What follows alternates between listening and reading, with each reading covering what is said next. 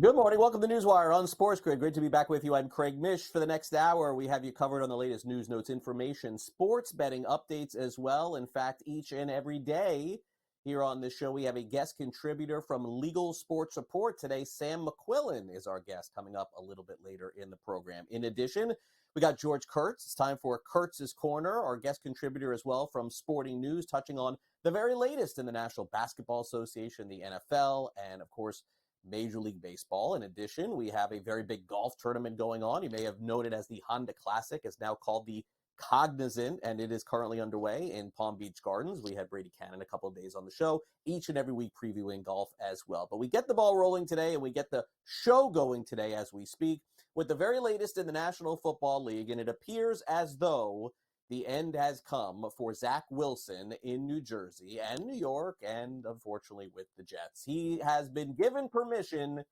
to seek a trade. The expectation is Aaron Rodgers, once again, will be back, hopefully, for the entire season for the New York Jets. Wilson probably not going to be best suited as his backup quarterback, so Wilson potentially will be headed elsewhere, and we'll see how that plays out. Maybe it is a draft day trade for a late round pick, something along those lines. Former first-round pick just simply did not work out as a member of the Jets. Also, speaking of not working out, how about Paul Pogba, great soccer player who is not going to be on the pitch for several years. He's facing a doping offense, played for the French national team and also Juventus, and he tested positive for testosterone. And unfortunately, 4 years going to be out, and a statement has been released saying that I am sad, I am shocked, I am heartbroken that everything that I have built in my professional career has been taken away from me. Needless to say, testosterone testing positive in soccer is a very serious offense, and so needless to say, he's going to be out for a long period of time. Now, could be a short period of time. That's good news for Max Muncy of the Los Angeles Dodgers. He just has a left hand contusion. He's having precautionary x-rays after being hit by the pitch yesterday, Dave Roberts said. We'll keep an eye on this coming later today. Jason Dominguez, you may remember him, had Tommy John surgery last year for the New York Yankees. He took 20 swings off a tee. First time, by the way, this spring that Dominguez did. They're hoping to get him back at some point early in the season. Also, the son of a Blue Jays reliever, you may have heard about this, Eric Swanson, a 4-year-old hit by a car in west part of Florida and is recovering right now. And John Schneider said that the pitcher Swanson's going to be away for the team for a while. Now, this morning, we got some news from the Tampa Bay Rays. The St. Pete Times is reporting, Tampa Bay Times is reporting that Josh Lowe has been shut down. This just came in over the last hour for the next week or so, according to Mark Topkin.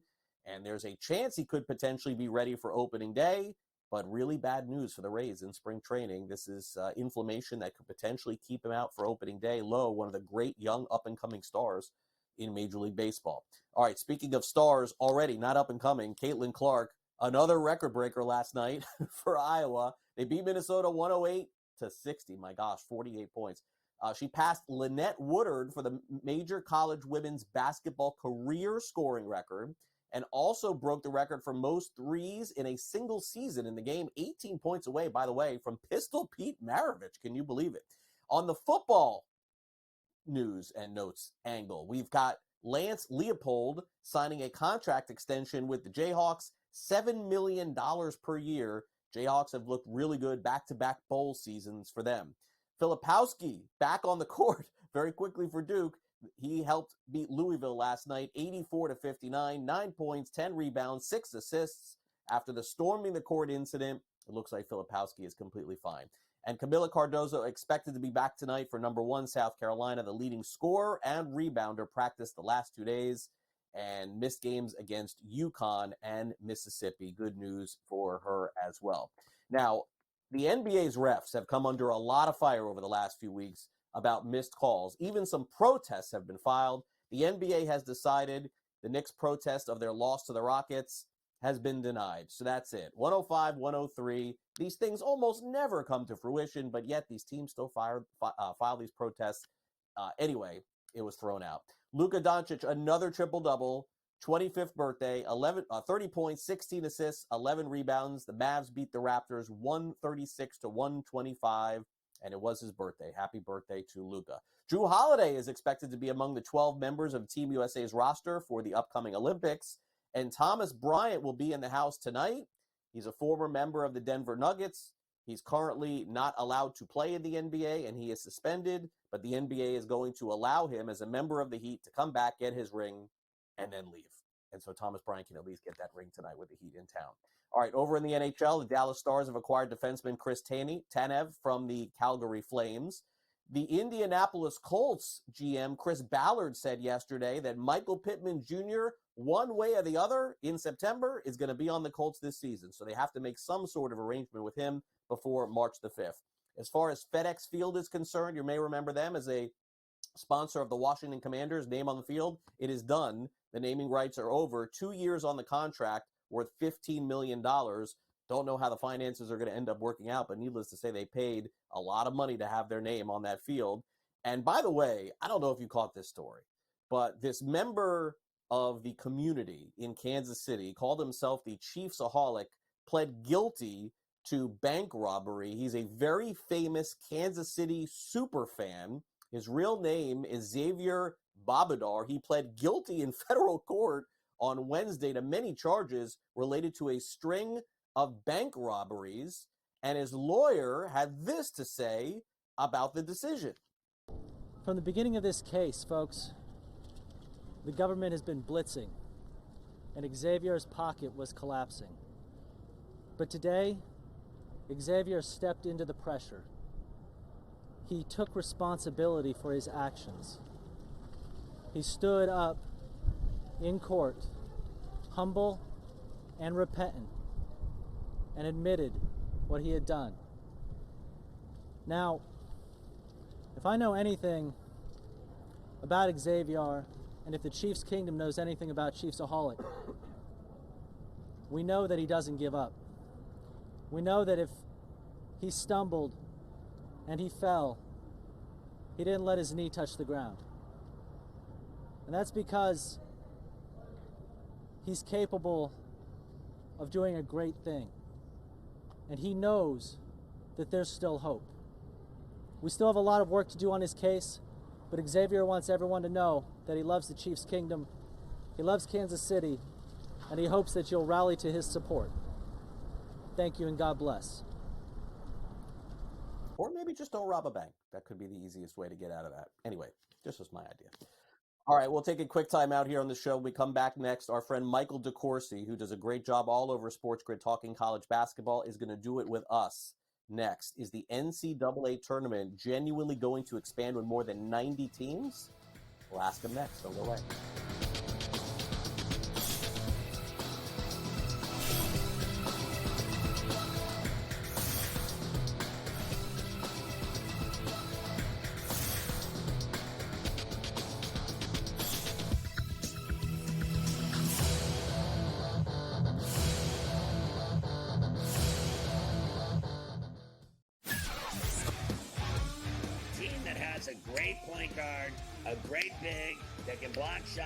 A team that can play defense, and seniors that can put the ball in the hole. That's who you bet on. You don't bet on freshmen. You don't bet on teams that don't play defense. There you go. I mean, you got to run the guy over to call a foul in a tie game in that kind of a spot. That was a bad job by those refs. Pharrell Coast to Coast, only on SportsGrid.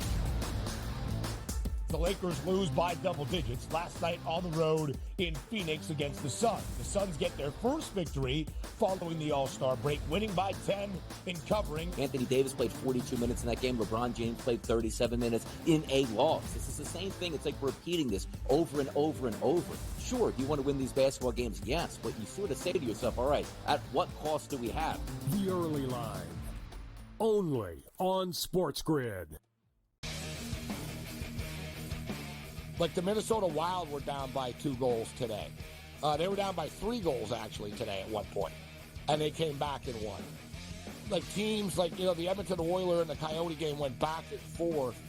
The NHL really, you could argue, really is the best sport for in-game betting, where you can pull the trigger on both teams. Sports Rage Late Night, only on SportsGrid. Your gut says Miami is going to win, and you should take the over. Your gut also said your NFT selfies would only go up in value. They didn't. But your head is on SportsGrid and knows the QB is in concussion protocol. The backup has a 45 QBR against the zone coverage. The New York D has the most sacks in the league. So yeah, trust your head. It's smarter to be on SportsGrid. Anyone that's been to a sporting event, the atmosphere before a game, I think Game Time Decisions has that same exact atmosphere. This is our arena.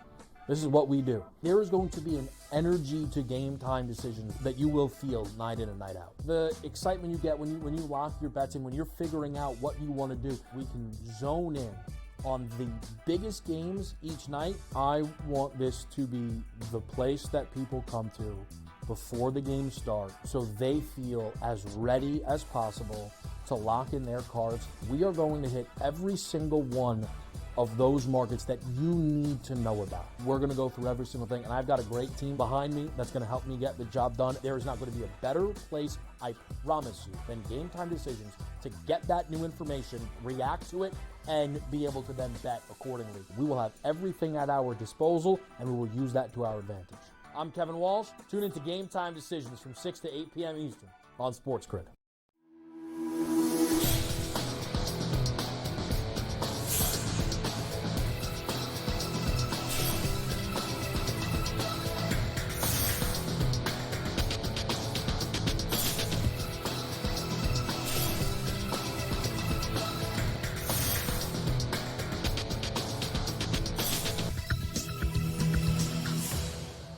Welcome back to NewsWire here on SportsGrid. We turn the calendar from our leap day here in February tomorrow to the month of March, which means March Madness is upon us. And to break down everything that's going on right now in college basketball, Michael DeCourcy is once again with us here on NewsWire. Hey, Michael, great to have you back here on the show. And hey, we're getting ready here. NCAA tournament is now less than a month away.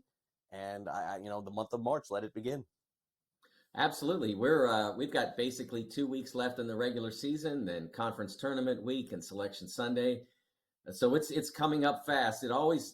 January and February, one of the beautiful things about college basketball is they make those cold months go faster. Yeah, they do. And March comes here where I am in Florida. It's always nice heading out to spring training. So look, I saw Brett McMurphy send something out on social media today. I don't know where we stand here, Michael, with this 96 teams, with the NCAA tournament, but it does seem to me that if I keep seeing this stuff on social media, that this is a lot closer to happening than not. I know there's a lot of advocates for this. There's a lot of people who are not saying that this is a good idea, but I'm sort of getting the feeling if I continue to see the smoke, there's going to be fire following it. Craig, you said there's a lot of advocates for this. Given the fact that we could name all of them, that means there aren't a lot. There are very few. And those who are advocating for it are willing to basically feed the entire sport into a wood chipper. I mean, that's what you'd basically be doing.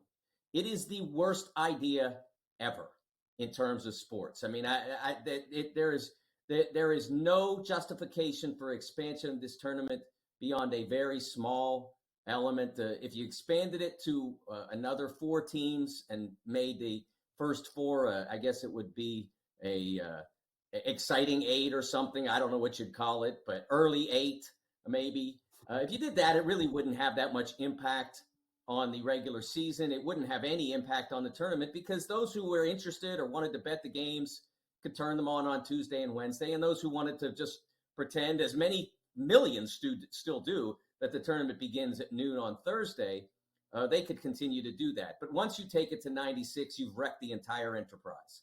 You have wrecked the regular season because nothing means anything at that point, because anybody that can bounce a ball 3 times without hitting it off their foot is in the tournament.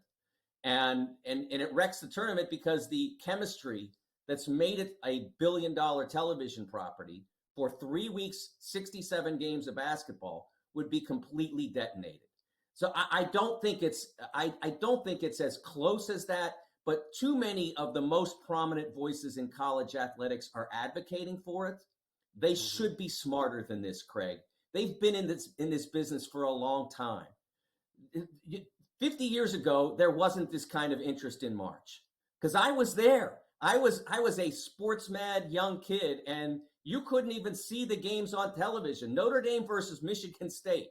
Notre Dame against Michigan in the 74 season when Notre Dame beat the undefeated UCLA team that won 88 in a row.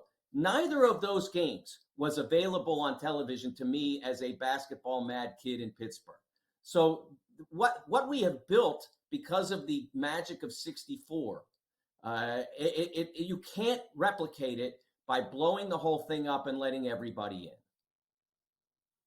Well, look, in college football, they're blowing it up and letting everybody change. So I hate to say it, Mike, but I guess we'll see what the end result of this. I mean, we've got college football free agency. Like I never thought that would come, but I did catch you on Scott Farrell, and we did play some of the video back. And I know how important this topic is to you about this court storming that's going on in college basketball. And I thought the point that you made maybe was the best one, whereas in the NBA, simply put, if you run on the court, you get arrested. So why is this not just an open and shut case at this point? All you have to do is add that element to the mix and this ends, don't they?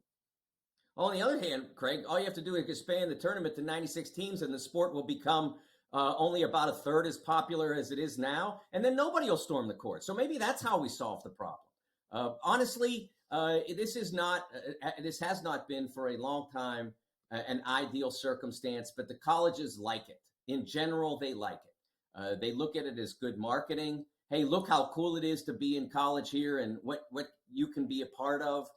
They like it. And I understand that you want your students to be engaged both in your university and in the athletic teams. But the problem is that it puts them at risk, for one, but more to the point, it puts the athletes at risk on too many occasions. I don't think there's a way to do this from a sanction standpoint, because once the university sanctions it, I know some people have suggested putting a clock on and you can't run onto the floor until the clock runs out after the game. Once the university does that, they are sanctioning this process and they become liable for anything bad that happens. And so I don't think that we'll see anything like that. The only way to stop it is to stop it. And I don't see them being all that eager to do that. Well, inevitably, college basketball rolls on. And on the women's side, we have arguably what I would say is the most expensive game in women's college basketball history coming up this week between Iowa and Ohio State. I would ask you, Mike, I mean, this seems insane to have to buy a ticket for $500 to see a regular season game in any sport, let alone, women's basketball. $500 to get in, $577, the average price. I'm not understanding this. Like, I mean, even when you've gone to Final Four games, you end up paying $200, $300, $400. Why is this so expensive? Well, remember, Craig, this is secondary market. This is not University of Iowa saying, hey, look, Caitlin's really popular, so let's cash in. This is what happens through the various secondary ticket sites, and that's all driven by supply and demand.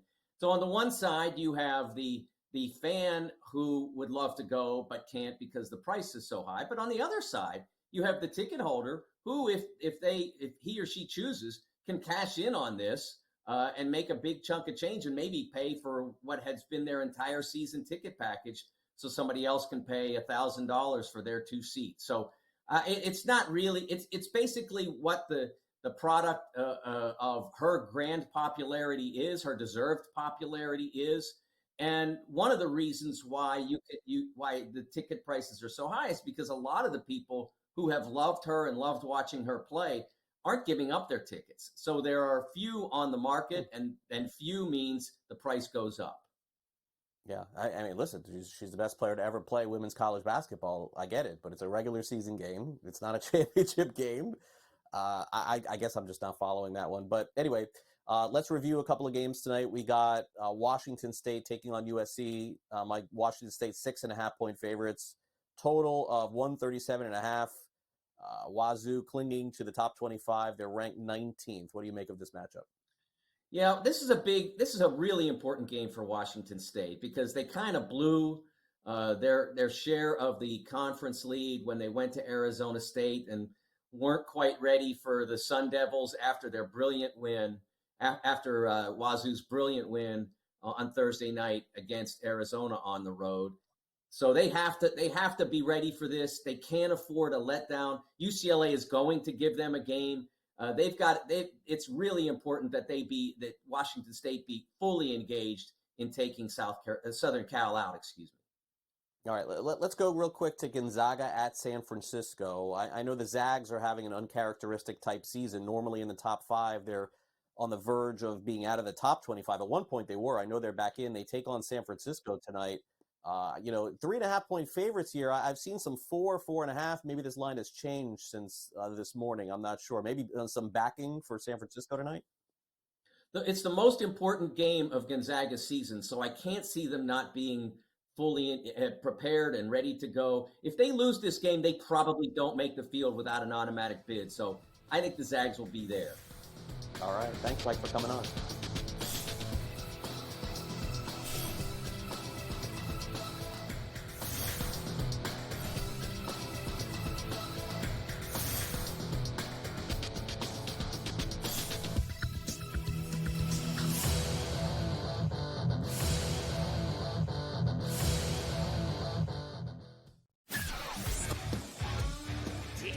A great point guard, a great big that can block shots, a team that can play defense, and seniors that can put the ball in the hole. That's who you bet on. You don't bet on freshmen. You don't bet on teams that don't play defense. There you go. I mean, you got to run the guy over to call a foul in a tie game in that kind of spot. That was a bad job by those refs. Pharrell Coast to Coast, only on SportsGrid. The Lakers lose by double digits last night on the road in Phoenix against the Suns. The Suns get their first victory following the All-Star break, winning by 10 in covering. Anthony Davis played 42 minutes in that game. LeBron James played 37 minutes in a loss. This is the same thing. It's like repeating this over and over and over. Sure, do you want to win these basketball games? Yes, but you sort of say to yourself, all right, at what cost do we have? The early line, only on SportsGrid. Like the Minnesota Wild were down by 2 goals today. They were down by 3 goals, actually, today at one point. And they came back and won. Like teams like, the Edmonton Oilers and the Coyote game went back and forth. The NHL really, you could argue, really is the best sport for in-game betting, where you can pull the trigger on both teams. Sports Rage Late Night, only on SportsGrid. Your gut says Miami is going to win, and you should take the over. Your gut also said your NFT selfies would only go up in value. They didn't. But your head is on SportsGrid and knows the QB is in concussion protocol. The backup has a 45 QBR against the zone coverage. The New York D has the most sacks in the league. So yeah, trust your head. It's smarter to be on SportsGrid. Anyone that's been to a sporting event, the atmosphere before a game, I think Game Time Decisions has that same exact atmosphere. This is our arena. This is what we do. There is going to be an energy to Game Time Decisions that you will feel night in and night out. The excitement you get when you lock your bets in, when you're figuring out what you want to do, we can zone in on the biggest games each night. I want this to be the place that people come to before the games start so they feel as ready as possible to lock in their cards. We are going to hit every single one of those markets that you need to know about. We're going to go through every single thing, and I've got a great team behind me that's going to help me get the job done. There is not going to be a better place, I promise you, than Game Time Decisions to get that new information, react to it, and be able to then bet accordingly. We will have everything at our disposal, and we will use that to our advantage. I'm Kevin Walsh. Tune into Game Time Decisions from 6 to 8 p.m. Eastern on SportsGrid.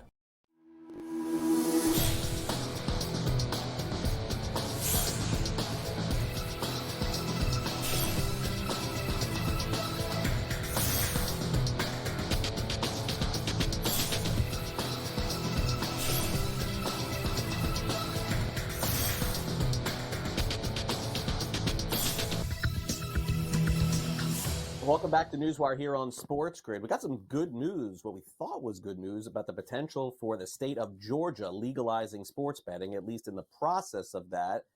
Maybe a little pullback from that. We'll get to that and some other stories in sports betting with Sam McQuillan, who joins us from Legal Sports Report on a weekly basis. Sam, great to have you back here on NewsWire as we dive into all the latest topics. Thanks for coming on. Yeah, Craig, great to be back. All right, let's get started here with the Super Bowl. The numbers are in. Took a few weeks to tally them all up. Tell us, Sam, was the Super Bowl the most bet event of all time? It's looking like that's a yes. Now, not all the numbers are totally in, but so far, returns from states like New York and Nevada are projecting that it smashed forecasts. And so far, you got about $1.3 billion expected to have been bet on the game, which is just huge when you think about it. Obviously, that's a lot of money, but when you put it in the perspective of where money comes from, that's more than a state like Connecticut, more than a state like West Virginia took all last year in all of sports betting. So just smashing last year's record by about 20%. That was the Super Bowl between the Chiefs and the Eagles. And the numbers keep coming in. So far ahead of all the forecasts. Nevada led the way with $186 million, which is a record for the most state of any Super Bowl ever. They beat their record. They've never sort of tailed any other state. Nevada's always held the record. But sportsbooks only kept about $6.8 million of that in Nevada. So if you want to do the math real quick, pull out the calculator, that's about 3.7% of every dollar wagered. Sportsbooks actually won in Nevada, which is symptomatic, I think, of the outcome of the game. Obviously, the Chiefs were underdogs, but really backed by the public pretty heavy at some sports books like Bet365. About 75% of the money was on Chiefs money line, 75% of the money was on Chiefs +2.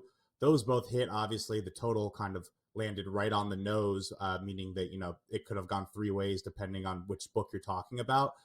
So really a lot of money for the Super Bowl.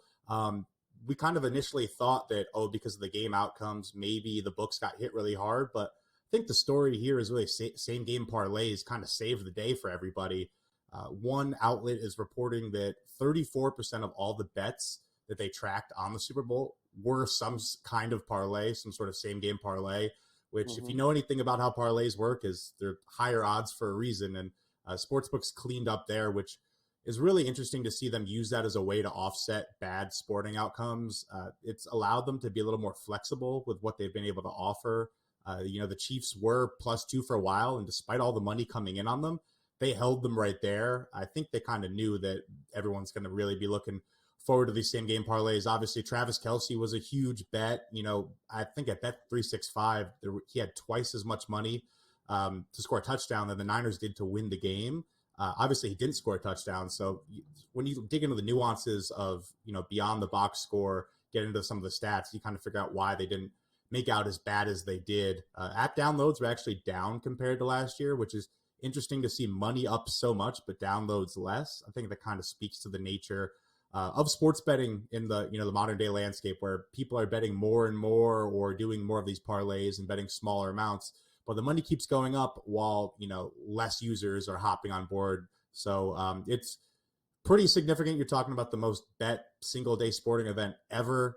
When you have to parse it out that way, you're going to talk about events like March Madness, which obviously attract more money because, it's like a month long. So I think it's going to be really interesting to see, how do the March Madness numbers, once those come out in a few months after the tournament's done, how do those correlate with what happened during the Super Bowl? Obviously less parlays there because of rules in colleges. So it's good news for the industry overall. More money, is always good for the gambling industry. Yeah, there's just a great future, I think, for people who are betting on the big events. It just comes down to how many people are sticking around and winning and losing. I mean, it's a big part of it. Now, this is fascinating. So earlier in the week, we did a story really at the top of the show, Sam, about how sports betting did pass through at least a little bit of the legislature in Georgia to even get closer to maybe a House vote and then individual vote as a possibility of legalizing sports betting in Georgia. What's happened since then? This was only like 48 hours ago.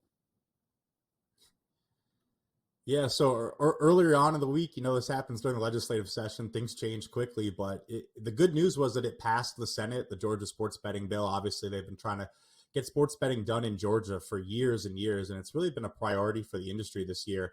The bad news is a bill has never made it out of the House. Obviously, a bill has to pass in both chambers before it can go to the governor.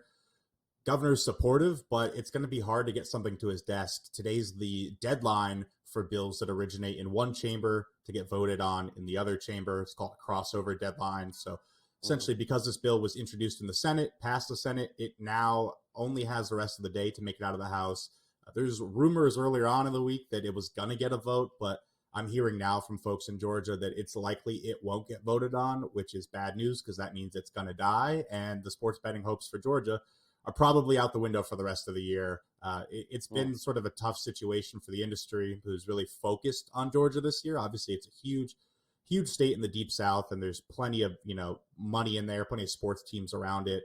Not a lot of states around Georgia have online sports betting. Obviously, Florida just turned back online, but pretty much the biggest roadblock for them has been the fact that legalizing sports betting in Georgia requires a constitutional amendment, which means you have to do a 2/3 majority vote as opposed to just having majority. So as opposed to just having 51% of the lawmakers on board, you have to have 67%, which it's harder to do, especially in a deep southern state where there's a lot of convictions about gambling and party lines are very divided. Another thing that's kind of throwing a wrench in this is the industry is a little hesitant to commit to the money it would take to back it as a constitutional amendment on the ballot.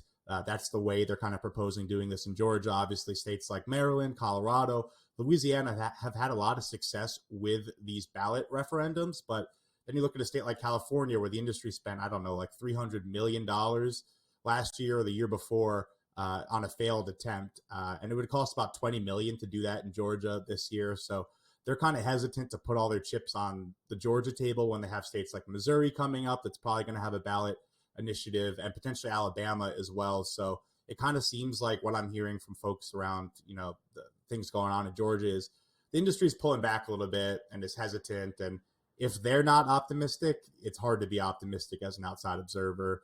So it might have to be another year or two for Georgia to, move anything towards sports betting. Though there is a fantasy sports bill that's on the table, but I'm hearing the prospects of that moving are not quite as promising either. All right. Well, unfortunately, the watch continues for some of these states in the South, Georgia, Alabama as well.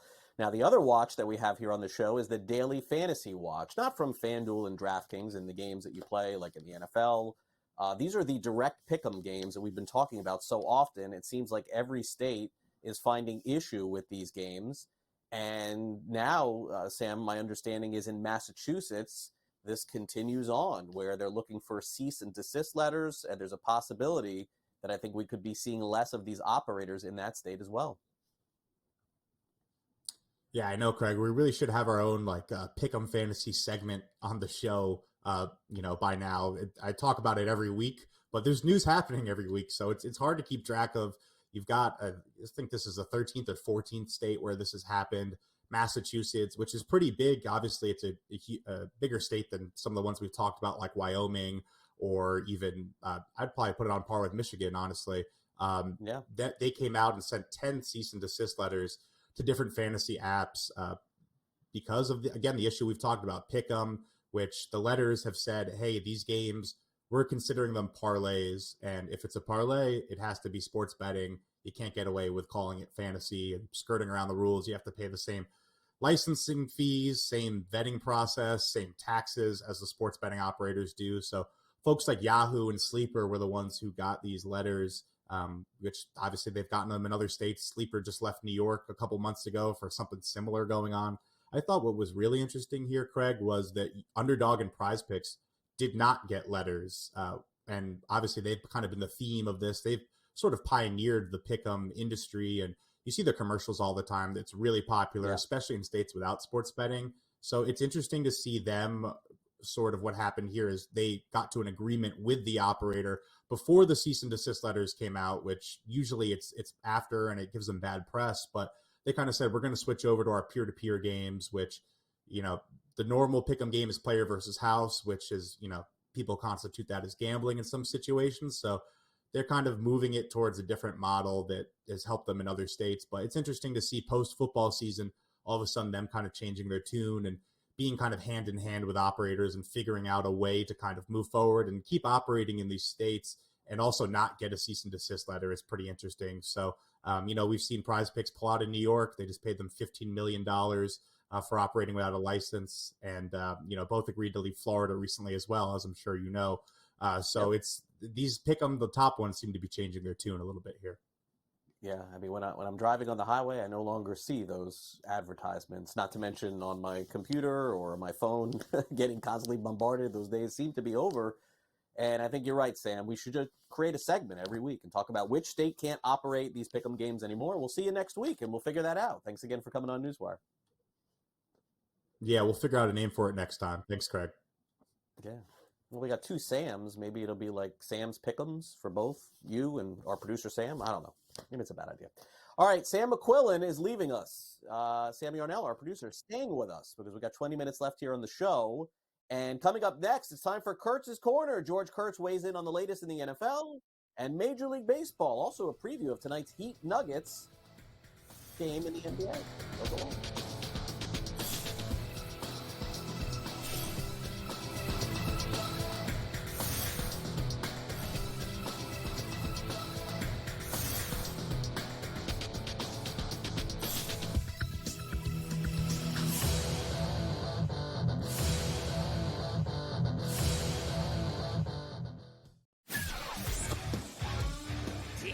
A great point guard, a great big that can block shots, a team that can play defense, and seniors that can put the ball in the hole. That's who you bet on. You don't bet on freshmen. You don't bet on teams that don't play defense. There you go. I mean, you got to run the guy over to call a foul in a tie game in that kind of a spot. That was a bad job by those refs. Pharrell Coast to Coast, only on SportsGrid.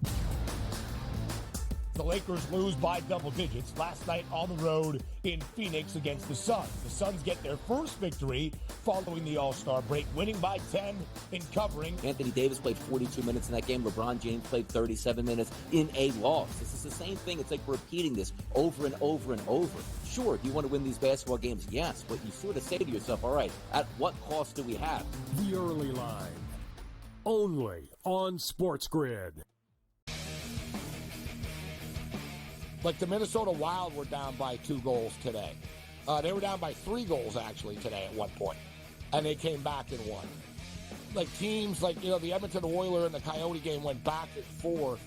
The NHL really, you could argue, really is the best sport for in-game betting, where you can pull the trigger on both teams. Sports Rage Late Night, only on SportsGrid. Your gut says Miami is going to win, and you should take the over. Your gut also said your NFT selfies would only go up in value. They didn't. But your head is on SportsGrid and knows the QB is in concussion protocol. The backup has a 45 QBR against the zone coverage. The New York D has the most sacks in the league. So yeah, trust your head. It's smarter to be on SportsGrid. Anyone that's been to a sporting event, the atmosphere before a game, I think Game Time Decisions has that same exact atmosphere. This is our arena.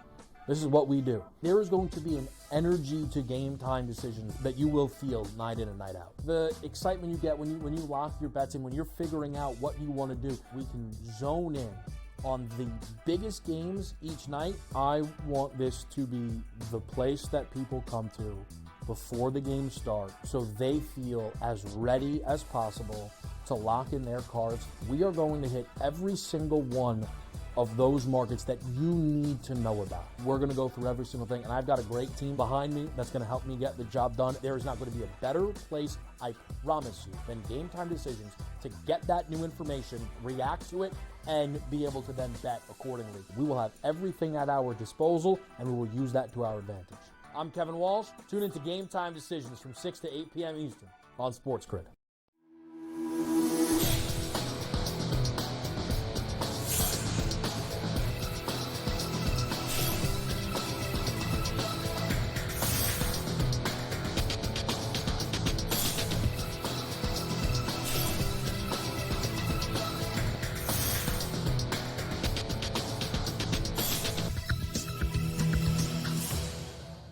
Nikola Jokic and the Denver Nuggets are chasing another NBA championship. And if you go back to last June, you may remember the way that he got it done the first time was dismantling the Miami Heat to the dismay of Heat fans. Wasn't a particularly close series, but you got to wonder in a one-game scenario what could potentially happen as the Miami Heat are playing extremely well on the road right now, winning in Sacramento and winning in Portland, and just keep going on the West as if it's like home games for them.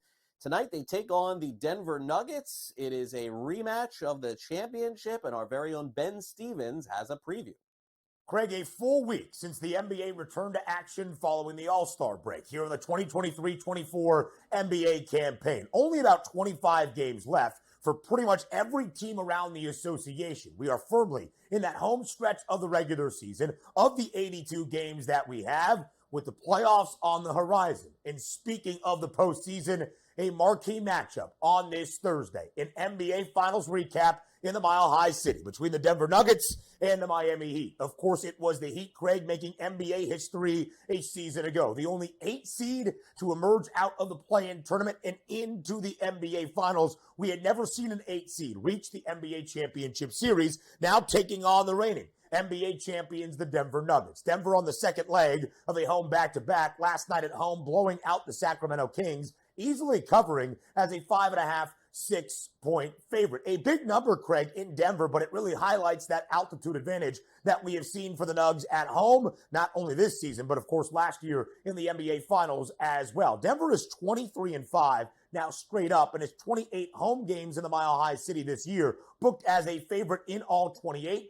14, 13, and 1 against the spread. Again, a 4.5-point number in favor of Nikola Jokic and Denver. 4 games for Denver since the All-Star break. The Nuggets have won all 4. Nikola Jokic has recorded a triple-double in all 4 victories for the Nugs. Meanwhile, Miami, they are playing much better basketball as of late. The Heat have won 5 in a row, Craig, including 4 times outright as that underdog. You look at that plus 152 moneyline price. Jimmy Butler was out of the last game for Miami, still a victory for the Heat. They were shorthanded in that basketball game due to injury. No Tyler Hero and some suspensions due to a brawl the opening weekend following the All-Star break between the Heat and the Pelicans. Jimmy Butler has served his 1-game suspension. We expect him in the lineup tonight in Denver. Again, Miami, 5 straight wins, Craig. They have covered in all 5. They have covered in their last 5 games as an underdog. They have covered in 8 consecutive games. That Heat culture started to build just at the right time here in the home stretch of this NBA season. Postseason positioning at stake, an NBA Finals rematch tonight in the Mile High City. All right, thanks very much, Ben. We'll get back to Ben tomorrow morning on the early line. Now let's give a preview to the National Football League offseason and, of course, the Major League Baseball season with our very own George Kurtz. Time for Kurtz's Corner. George, great to have you back here on NewsWire. A lot to get into today. Always my pleasure, Craig. You know that. Well, leap day, right? I already hate the month of February. Now you give it an extra day. I hate this day.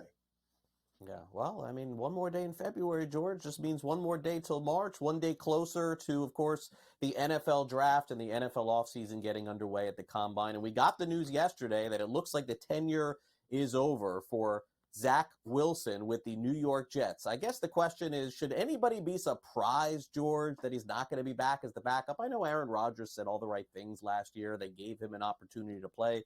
Didn't quite work out again. Will he be a backup quarterback in the NFL for some team this season, George? If so, he's going to play again, I think, in the NFL maybe as soon as next year. Yeah, I think this is a good move all around. I think he needs to get out of New York or New Jersey, whatever you want to consider, wherever Jets play. He will be a backup on some team next season. You know, listen, how many teams have really good backups? 8, maybe a quarter of the league, Craig. You know, he'll be a good backup for some team. I think he'll be a good backup. If he gets in a couple of games, maybe getting out of New York with, you know, different coaches, maybe that'll help him. Look at what happened to Baker Mayfield. We'd all pretty much given up on him in Cleveland, right? Because he was awful. Go to Tampa Bay, new coaching staff, has a magnificent year. I'm not saying Zach can do the same thing, but I think he'll have a shot at it. So, yeah, his career in New York is done. The Jets are going to be forced to get a legitimate backup quarterback because you still can't rely on Aaron Rodgers to play anywhere near 17 next year. Yeah, no, I mean, that's the big problem for the Jets is, you know, they had Mike White. They let him go to the Dolphins. Tua ended up playing all the games, by the way, for the Dolphins last year. Okay, so Marquez Valdez-Scantling was a player, of course, that everyone has been familiar with, saw him play in the Super Bowl. He gets his ring with the Kansas City Chiefs, but as fast as he got his ring, George, is as fast as he is out the door. He had a very unremarkable season, arguably one of the biggest catches of the season for the Kansas City Chiefs. And then, look, he'll get another job in the NFL, but I would say he's probably on the back nine of playing in his NFL career. Yeah, this had nothing to do with all the drops that MVS had this year, right? They're saving $12 million on the cap. I mean, he was going to go. We know what Chiefs are up against, and even with the $30 million cap increase this offseason here, so MVS was going to go. You're right. He'll end up on another team. Maybe back to the Chiefs for a cheaper contract. We'll see. I doubt it, but he'll end up on someone else's team. $3 million, somewhere around there, maybe some incentives, but he'll be a wide receiver 3, wide receiver 4, someone who can stretch the field. Whether he can catch the ball after he stretches it, that's anyone's guess, but that's what he's good at. He'll stretch the field, force those safeties to back off. Yeah, had a big catch in the playoffs. Probably not going to get him a long-term deal anywhere based off one catch, but I would guess another year with some team in the NFL. Now, the Indianapolis Colts have made it pretty clear, at least their GM has made it clear, that Michael Pittman Jr. is not going to be on the block. And he's just got to basically figure out a way for him to stay in Indianapolis. We know that Anthony Richardson is going to be their quarterback next year. He's got to have some weapons. There is some debate as to how great Michael Pittman Jr. can be, but the Colts really, George, can't take any chances by letting him go, can they? You can make a pretty strong argument that outside of quarterback, the next most important position in the NFL is wide receiver. We all know it.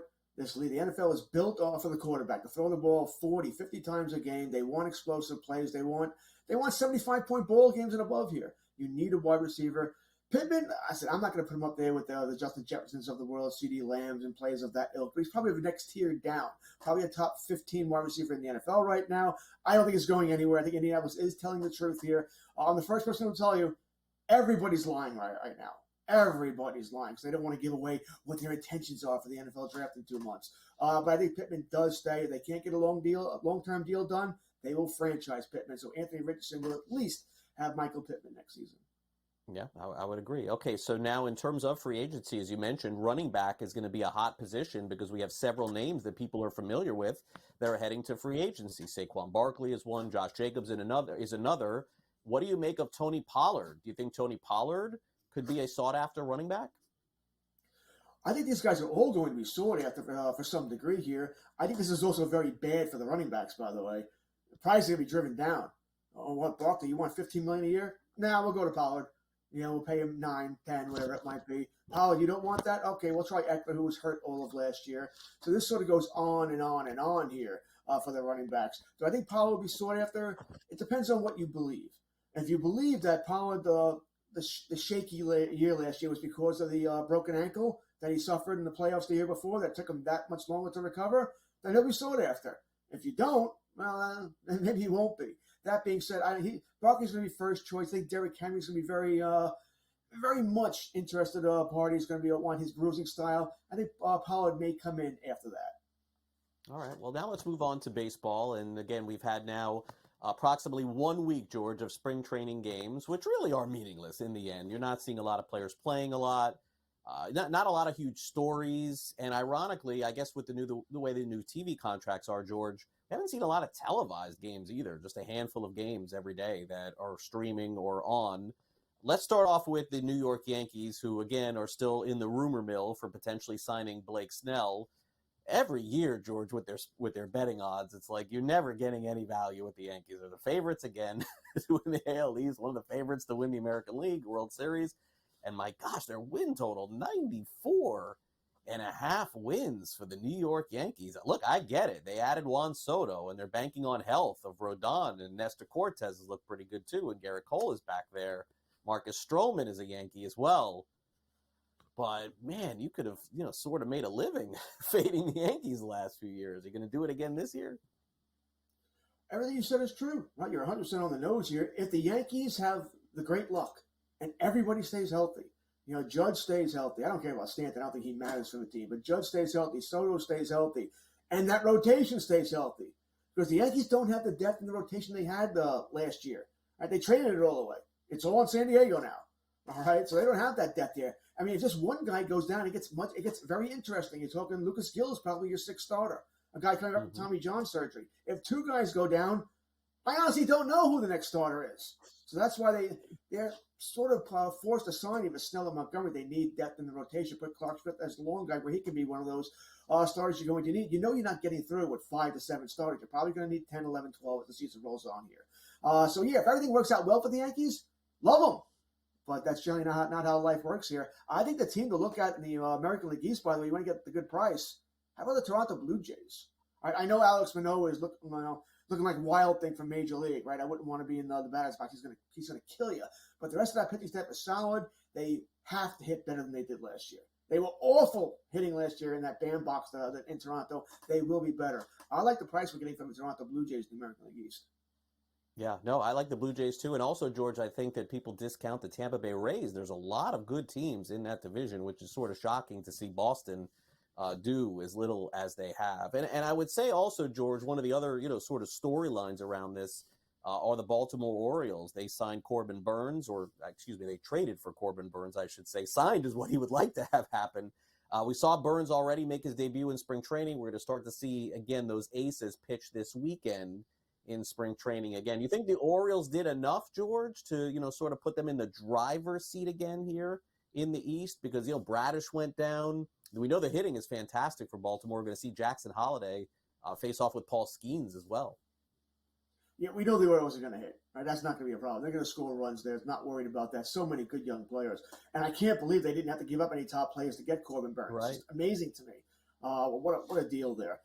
Nobody else can outbid them with whatever.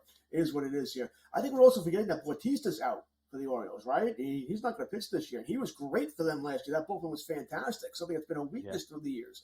So Kimbrel's there. Bautista was great. They're hoping Kimbrel will be good. But I wonder if he's going to be more fair to good. Going to cost them some games there. You mentioned Bradish is out. That hurts. It's already starting, right? It's already starting here. You lose one more starter, you're in trouble. You're in trouble. I really wish they would get one more bona fide starter. I would love the Orioles. Listen, I think they're a good team. I think they'll make the playoffs, but I wonder if they do take a slight step back. Yeah, it very well could happen. All right, George. So what's on the menu for the weekend here with you with baseball? You'll be watching some baseball this weekend. I know we got the combine going on. What's happening with you? You said, a lot of teams are showing their spring training games. Yeah. I think the Yankees are on TV for the next 4 days. They're covering the game on the Yes app tonight, and the Yes Network has the game. So I'll be watching a lot of baseball. I enjoy doing that. I'm not tired of it yet, Craig.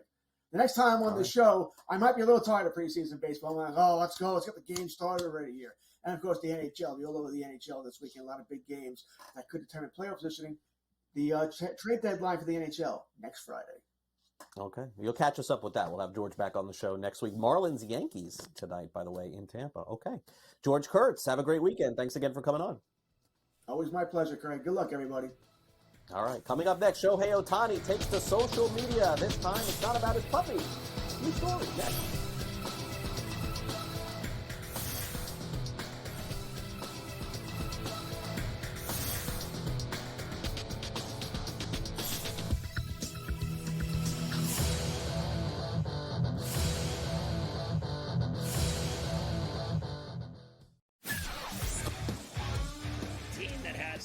Point guard, a great big that can block shots, a team that can play defense, and seniors that can put the ball in the hole. That's who you bet on.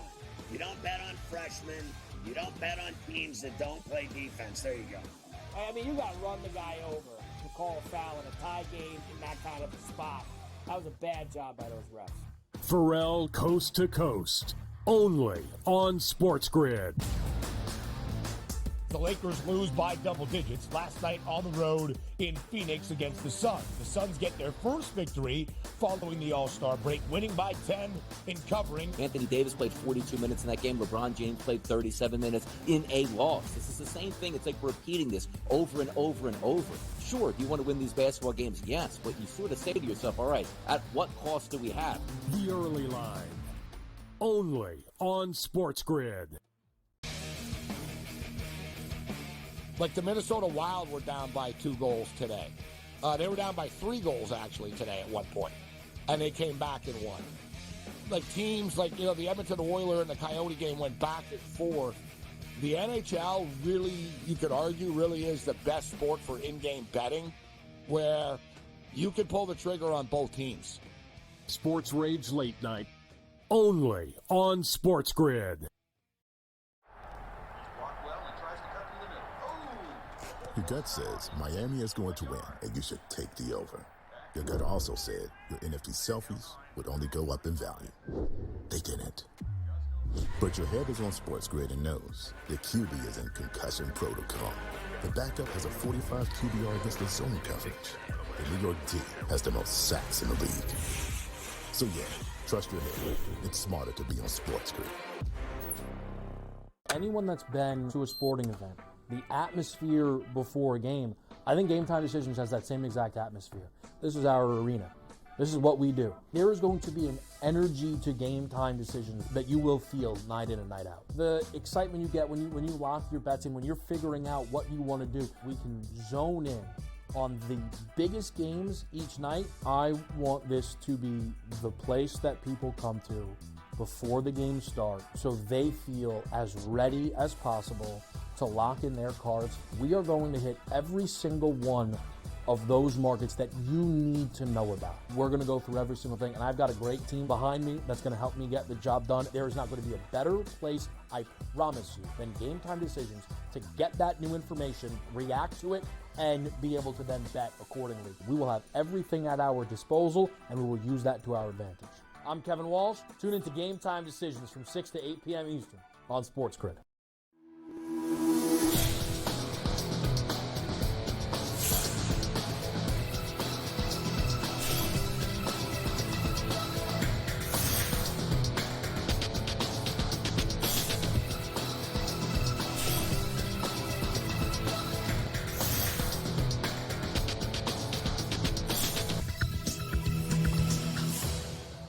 Welcome back to NewsWire. Shohei Ohtani is really good at social media, keeping us sort of guessing, right? Like, remember when he posted a picture of his puppy, but he didn't want to give out a lot of information on the name of the puppy, so we were all guessing. And then eventually, I think he did tell us. But yesterday, out of nowhere, Shohei went back on social media and said, hey, everyone, I am now married. How about that? Out of nowhere. 29-year-old woman, we don't know her name. But he did go on Instagram and said, hey, I really love this woman, and I got married. Okay, fair enough for Shohei. The mystery of Ohtani just continues and continues. And this is, by the way, a day after he hit a home run in his debut in the Cactus League. So Shohei Ohtani, the player that just keeps us guessing on what his next move would be, and apparently he really likes doing this. So he is indeed the international man of mystery. Do you remember who the original international man of mystery was? I don't know. Sam, do you know? Do you know who the original international man of mystery? Austin Powers. Remember Mike Myers as Austin Powers? I mean, this goes back to the 90s. One of my favorite trilogies, by the way. I really loved Austin Powers. Okay. Anyway, a story for another day, as we would say, because as I look at our countdown to the end of the show, we have about 60 seconds to go. So let me again thank our associate producer Michael and our producer Sam for doing a great job once again today. Also, thanks to Ben Stevens for his preview video of the Heat and Nuggets. Michael DeCourcy talking some college basketball, George Kurtz with some baseball and football, and Sam McQuillan from Legal Sports Report. We'll be back here on the show tomorrow. That is our Friday edition of NewsWire at 11 a.m. Eastern. As a reminder, our Fantasy Sports Today programming rolls on again this Saturday morning with myself and Davis Maddock at 9 a.m. Eastern right here on SportsGrid. So hope you enjoy the rest of your day. Guess who's back in the house today at 3 o'clock Eastern? Our buddy Scott Farrell, 3 o'clock, previewing all the NBA games tonight, some good games in college basketball, and the NHL as well. So I hope you enjoy the rest of your day. Keep it locked here on SportsGrid, where it is smarter to be on SportsGrid. I'll see you tomorrow, 11 a.m. Eastern, for our next edition of NewsWire. Have a great day.